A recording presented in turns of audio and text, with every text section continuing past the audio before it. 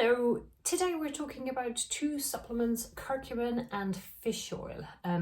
This little video is going to be focusing on anti-inflammatory, and fish oil and curcumin are probably best known for their anti-inflammatory properties, but lots of other properties as well.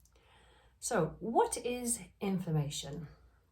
Of course, you've got your acute type of inflammation, which is you've fallen over, broken your ankle, and get nasty swelling in that specific one place, right? So that's your acute inflammation. But what we're talking about here is particularly chronic inflammation. Inflammation that occurs because of normally something in your lifestyle or in your diet. So it could be, for example, alcohol causes inflammation, sugary foods, processed foods cause inflammation, things like not enough sleep can cause inflammation. Diet sensitivities such as a intolerance to dairy could cause inflammation, etc. Now, the problem with this chronic inflammation is that it is a little bit vague. So you don't obviously have a big puffy ankle like you would in acute inflammation. And the signs and the symptoms can go unnoticed for long periods of time. However, I think most nutritionists or physicians are coming to the view that inflammation can be really, really bad long-term on the body, and it causes all kinds of problems like neuro problems like dementia, Alzheimer's, obesity, of course, blood vessel disease or heart disease, and lots of these kind of nasties that you tend to get in old age once, or perhaps as a result of long-term chronic inflammation. And as I said before, it's not really easy to know if you have chronic inflammation, but here's a few ideas. So brain fog, for example, is one of the clear signs of inflammation. Things like fatigue or joint pain, things like psoriasis, skin conditions, psoriasis or eczema can also be due to chronic inflammation in the body, and so on. Now, of course, you probably are thinking, yeah, well, these conditions could be symptoms of lots of other things like menopause or just tiredness or having small children, whatever. And I totally get that. So it's really quite hard to say whether you do or you don't have chronic inflammation in your body, but the chances are that you do, especially if you're overweight, especially if you have a high stress job or you've got long hours and poor sleep. The chances are that there is some inflammation in your body. Okay, and I guess it's worth reminding at this point too that you need to deal with the lifestyle causes of your inflammation first, and then perhaps use supplements to get that extra 10 or 20%. But you cannot be drinking a bottle of alcohol every night and think, oh, I'll just take some of my fish oil and curcumin and Bob's your uncle, I'll be fine. It doesn't work like that. So your first step is getting good lifestyle, and that's the same for all of these supplements really. Okay, so let's start with curcumin. What is curcumin? Curcumin is the active ingredient in turmeric. It's a root plant in the family in the ginger family. That's really all I know about it. People use it in curries and stuff like that. It's kind of orangey, yellowy, and in fact your curcumin pills will be yellowy, orangey. Now, there's quite a lot of studies being performed on the curcumin, and the results are really promising that actually it does have significant impacts on things like muscle soreness, arthritis, mental cognition. And personally, this is my number one supplement. I genuinely do think it makes a massive difference when I'm taking it as opposed to not taking it. So for those of you who are asking about joint pain, muscle soreness, arthritis, things like that you might be worried about, I would definitely recommend a curcumin supplement for this. There are hundreds of brands, and most of them, there does not seem to be a huge difference between one and another. So I'll give you, for example, I've mentioned the brand Nutri Advanced before, which is my preferred brand and typically my go-to, so that I don't have to scour hundreds of brands to find the right one. And I used that for many years until I decided that it was just getting too expensive. So Nutri Advanced, their curcumin is about 32 or 33 pounds per, effectively slightly under a month's dose would be for me. We'll talk about doses in the middle in a minute.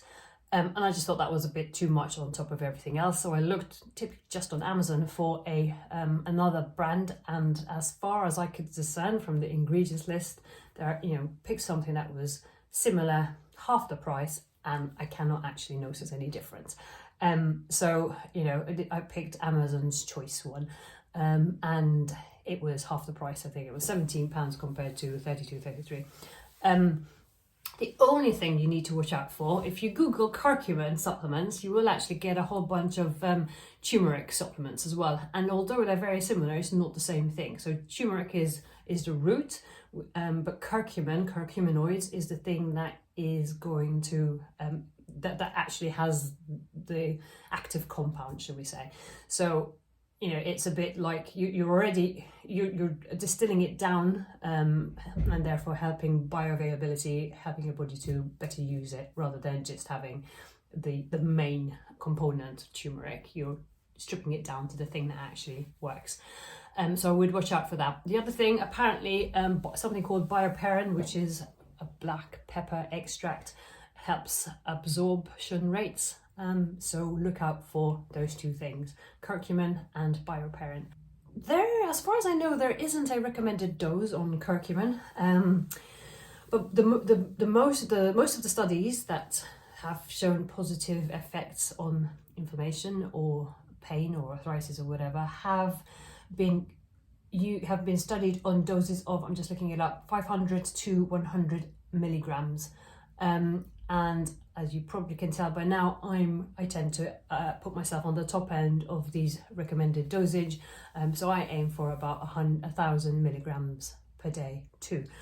I guess it depends what you're trying to get. If you're, if you're highly active and you've got muscle pains and a bit of brain fog, you can see I've got quite a lot of brain fog today. It's worth trying to go to the higher end of the dose. Most dosages, most supplements come in pills of about 500 mgs anyway. Is it suited for everyone? Pretty much yes. Don't forget, this is actually a food product. So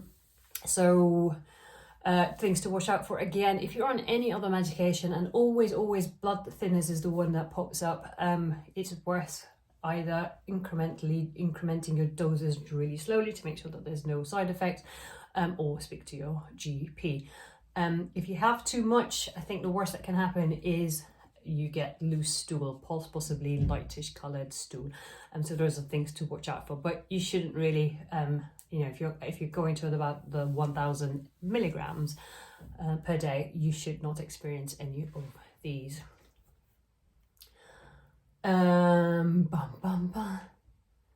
Just checking. I believe that's all there is to say with curcumin.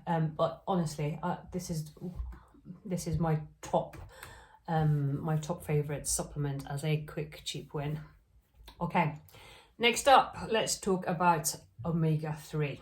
Now this one's a bit of a longer subject matter because there's quite a lot of background explaining that is necessary on this.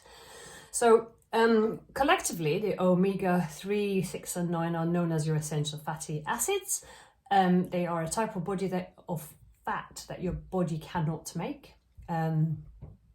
So because your body cannot make them, they are termed as essential, which means you have to get them from your diet. There are three types, the 3, the 6 and the 9, and the number denotes how many carbons are a particular molecular structure. Let's not worry too much about this. Let's start with the one that most people are familiar with, omega-3. So this is your fish fatty acid, your fish-based fatty acid. The one that you get in things like sardine, mackerel, trout, salmon, etc. You also can get them to be a bit more precise. You can also get them from things like flax seeds and other seeds and nuts. So yeah, mostly from your fish, but also from nuts and seeds. Your omega-6 is typically the thing that you find in sunflower oils, vegetable oils, corn oils, a little bit in nuts and seeds as well. Soybean, that's the sort of thing that you find your 6s in. And this is important, bear with me, this is really important. And your 9s are the things that you find in avocados, olives, nuts and seeds again, and a little bit in your vegetable oils. So you've got different sources of each of these. And whilst it is important that we've got omega-3, 6 and 9 in the body coming in through our diet, what's perhaps more important is the ratio of the 3, the 6 and the 9 that are present within the body. So it's not enough to just say, oh, I'll have some 3 and I'll have some 6 and I'll have some 9. It's more about the specific ratios within the body that we think is really important for people's health. So going back to your omega-9, although it is termed as essential, it isn't actually an essential in the sense that your body can make it if you haven't got enough coming with it. So your body can make omega-9, and as a result, we tend not to worry too much about it when supplementing, because your body will upregulate or downregulate depending on how much we think it needs, right? So that just leaves your 3 and your 6s. Now remember, your 3s are the things that you find in your oily fish, and your 6s are your things that you find in all your sunflower oil, your vegetable oils, etc. And this is really important because your 6s are present in your diet a lot. So anytime you're eating anything processed like bread, pizza, crackers, breadsticks, anything of the sort, cereal bars, will inevitably have some amount of omega-6 in it. Whereas your omega-3s, we don't eat that much of, right? Because we actually probably make a specific effort to eat oily fish from time to time. And going back to the ratios that I was talking about earlier, it is thought that the ideal ratio for the supplements between omega-3s and omega-6s should be somewhere between 1:1 or even 1:4. So 1:1, 3 to 6, or 1 omega-3 to 4 omega-6s. But the problem is, we think that in a typical diet in the Western world, people the ratio is more likely to be somewhere between 1 to 15. So you're having far too much omega-6s, or even worse, 1 to 18, 1 to 19. Now, if you're really clued up on your diet, you maybe have a slightly better ratio than that. But on average, this is what people are likely to be consuming, 1 to 15. What we want to do through our supplement is get that ratio way down, so that it's closer to 1:4, or even better, 1:1. Now, does that make sense? I might need to do some visuals for this. And just to recap, your 6s are really common, hard to avoid in your diet, and your 3s are really quite rare, which is why we want to supplement with your 3s. And so when we're thinking about what supplement to get, as a very first filter, you should look for anything that's got omega-3s only. You do not want extra 6s in your diet, and 9s is a bit of a waste of time because your body could make them if it needed it anyway. Okay, so I hope that's completely clear. Omega-3 is where we're looking at. Okay, deep breath. Let's move on a little bit more detail in your omega-3s. So there's lots of different types of omega-3s. The ones that you will see pop up the most are your EPA and DHA. And I won't even pretend that I know what those letters stand for. Acid, probably, is the last one. But anyway, where was I going with this? So EPA and DHA. And these are the ones that we think are most important for our health. And they come through fish or seafood. Vegetarian options also exist, and there are two typically. One is known as ALA, linoleic acid. I actually remember the L on that one, and that's okay. But it's, your body would have to take this OLA and through some very convoluted but fascinating process, change it into EPA and or DHA. And of course, it is an inefficient process, so it's not ideal because it still needs to be transformed by the body.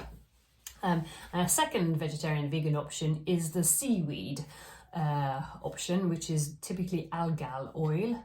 And this can actually quite easily be converted into EPA DHA. In fact, I think it actually is EPA DHA. So if you're looking for a vegetarian option for omega-3 supplements, you should look for algal, ALGLA oil. Okay. The other thing to mention actually is check that there is a sustainability mark on all of these. So I'm just having a look to see where mine is. Friend of the Sea. So that's one of the brands, one of these marks, I suppose, certified that it is a sustainable source. So that's really quite important. Avoid anything that's coming from China, really, because you don't know where it's come from. Okay, next on. How much omega-3 should we be taking? Now, because we've talked about the DHA and EPA before, let's be a bit more specific. It's not about how much omega-3 we're having, but how much EPA and DHA we should be having. Okay, so let's be specific. And this is where you're going to have to read the labels of your specific supplements a little bit in more detail, because it might say that, you know, a capsule or a dose, which may actually be 2 or 3 capsules. So it might say a dose has 1 gram of omega-3, but only say half of that would be EPA and DHA. So again, when you're purchasing, look for how much of a particular capsule is in the stuff that you want, right? The EPA and the DHA. Okay, so how much should we have? Again, there's not a lot of clarity on what's recommended. So some organizations like Heart UK and recommend 500 milligrams of combined EPA and DHA. This is based on the NHS and government advice that we should eat 2 portions of oily fish per week. So that's what that is based on. But once again, I don't believe any of these organizations know much about how to keep people healthy, in my humble opinion. So I don't pay too much attention to these recommendations. So we go to the literature, right? And back to the studies which say consistently that around 2,000 milligrams of EPA and DHA is what you need to start seeing some of the anti-inflammatory effects, right? So I'll say that again, about 2,000 milligrams per day of combined EPA and DHA is what you're looking for to get some of the anti-inflammatory effects. Okay, so back to this is a brand that I take and have taken for many years. It's Eskimo, again from Nutri Advanced. Got nothing in it except vitamin E. Don't know why it's got vitamin E, I'll be honest with you, but there you go. So what does that work out to? If you're trying to get 2,000 milligrams of EPA and DHA, each 3 capsules here have 400 milligrams. So 400 milligrams in 3 capsules. So to get 2,000, you're looking at, I don't know, I can't even do the maths. 2,000 divided by 4, we're looking for 5 lots of 3, 15 capsules. Now that's quite a lot of supplements to be taking, if nothing else, because you will be regurgitating fishy, oily fishy acid reflux type thing. So I wouldn't recommend taking quite that much. I take 8, so that's about just under 3 doses, which brings me at about 1,200. I do eat quite a lot of fatty fish. I will have regularly maybe 3 or 4 salmon steaks and tons of sardines, canned sardines, which I find quite nice, but everyone else thinks that's weird. The message here is you need more EPA and DHA than you think you do, especially if you're taking it because you want to try and reduce chronic inflammation in your body.